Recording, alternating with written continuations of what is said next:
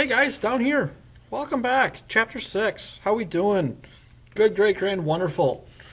Okay, four main ideas for this chapter. Framing the new government, the Federalists and Republicans, establishing the national sovereignty, and the downfall of the Federalists with 1800 elections. So this week, obviously, you've been working on a huge project. I hope you're taking it very serious. You have till all day today, Thursday, to get it done, and then tomorrow we are going to debate. Okay, your test this week is going to be anywhere between 2 to 4 short answer questions, and that's it. No multiple choice. It's all writing. So I'm going to go through some things here, and then we'll get ready for your test and do your debate tomorrow with all that good stuff. So first off, obviously, the Constitutional Convention occurred because there was a weak centralized government with the Articles of Confederation, and there's a lot of dissatisfaction over that. The Confederation Congress proved ineffective in key areas like veterans, pensions, promoting trade, the Indian threat, the worthless state paper currency that we had, and just really social unrest and debt in general. At the Annapolis Convention in 1786, Alexander Hamilton, who is also on a $10 bill, proposed that a special convention meet to strengthen the Articles after Shays' Rebellion, and General Washington, future President Washington, said he agreed.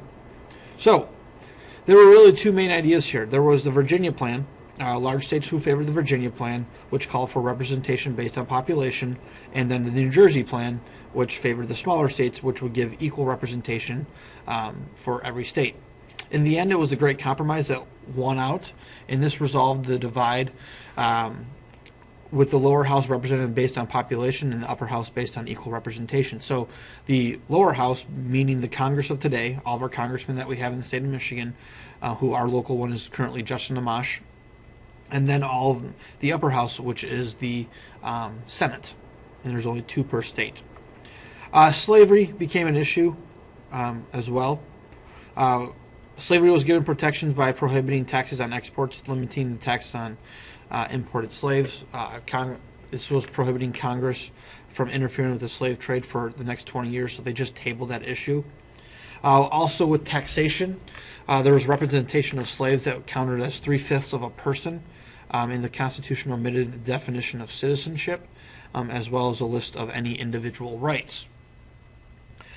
James Madison was very crucial in the creation of the Constitution and the resolutions of the 2 critical issues, sovereignty and limiting of power. The sovereign authority would come from the people, not from a national state government, in which by the power was going to be divided. The problem of concentrated power was resolved by adopting the ideas of Montesquieu, and the federal system was divided between the states and the nation, and the separation of powers and checks and balances. So no one power, the executive branch, judicial branch, and the legislative branch, none of those 3 could become powerful. They all checked each other. And that's still what we have today. Limits of the Constitution. Supporters of the Constitution, such as Washington and Franklin, were called the Federalists. Their cause was publicized by Alexander Hamilton, Madison, and John Jay with the Federalist Papers, which hopefully you read those 2 that I gave you. And the critics were known as the Anti-Federalists, and they saw the new Constitution as a potential tyrannical state, and that would subjugate the states to end their liberty, and this would give power back to the federal government, which they did not want. The biggest complaint was the omission of the Bill of Rights. They feared the power of the state more than the anarchy of the people, and Federalists feared that the unchecked power of the masses that would result in a lot of mass chaos. The heated debate ended in June 1788 when required 9 states ratified the document of the Bill of Rights. The first elections were early in 1789 and chose Washington as president, and he was inaugurated in New York as the first national capital of the time, and Congress' first task was to draft the Bill of Rights. And the Judiciary Act of 1789, which set up the federal court system, which we'll get into next chapter a little bit. And then other people that were put into the cabinet were, for Treasury, were Alexander Hamilton as its head. Secretary of State was Thomas Jefferson, and Secretary of War, which now we call Secretary of Defense, was Henry Knox. All right, moving on. I'm going to go through the Federalists and Republicans side with you, and then we'll move on after that. So, here we go. Hamilton and the Federalists dominated government for 12 years under the leadership of Alexander Hamilton as treasurer. Washington definitely supported it.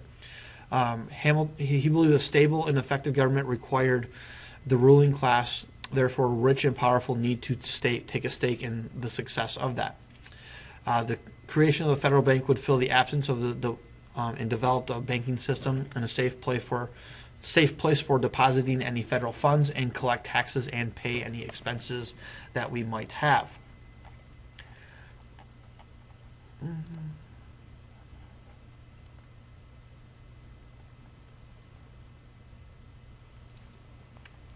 George Washington definitely favored the Federalist ideas and supported Hamilton's programs.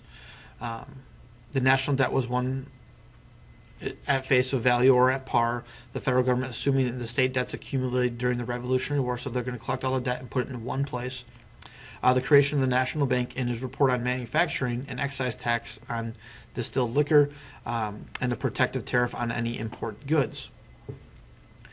His reports offered a grand vision for the new nation, but ran into varying degrees of opposition. The Assumption Bill only passed after reaching a compromise in which the new capital would be located in the South, which they moved to Washington, D.C.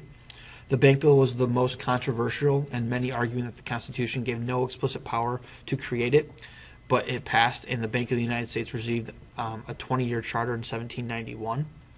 And the Funding Bill and the whiskey excise tax passed, as did much more too modest tariff than Hamilton wanted, and Hamilton's programs restored public credit and satisfied many, with the exception of a lot of small farmers.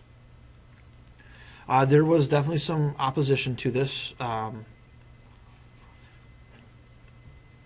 The first party system consisted of the Federalists, supported of an urban and commercial economy with strong central governments to provide order, stability, and protection of property. And the Republicans, adherent to the rural or agrarian society economy with strong state government belief and relatively weak federal government to prevent tyranny and the loss of individual liberties. So this is really the whole main thing, is the Federalist versus the Anti-Federalist, of large state governments versus large national government. Okay. We're going to move on here to the downfall of the Federalists. And the Federalist choice for stability over personal liberty ended as the effective political force by 1800. Declining a third term, Washington highlighted the dangers of foreign influence and political parties in his farewell address. In 1796, John Adams and Thomas Jefferson ran for president. Adams' political opponent Jefferson was the second in electoral balloting and became the vice president. And Adams was a superb statesman, but a very poor politician.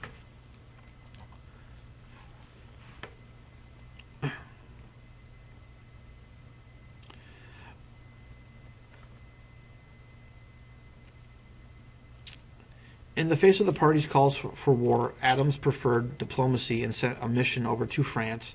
And in 1797, a group met with the 3 French agents who demanded a bribe before negotiating. And this XYZ affair infuriated America and led to the undeclared naval war with France.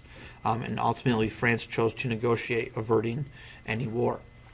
The next part I just want to go through real quickly is the Alien and Sedition Acts. And politically strengthened by this conflict, the Federalists passed the Alien and Sedition Acts in 1798 to stifle any Republican opposition.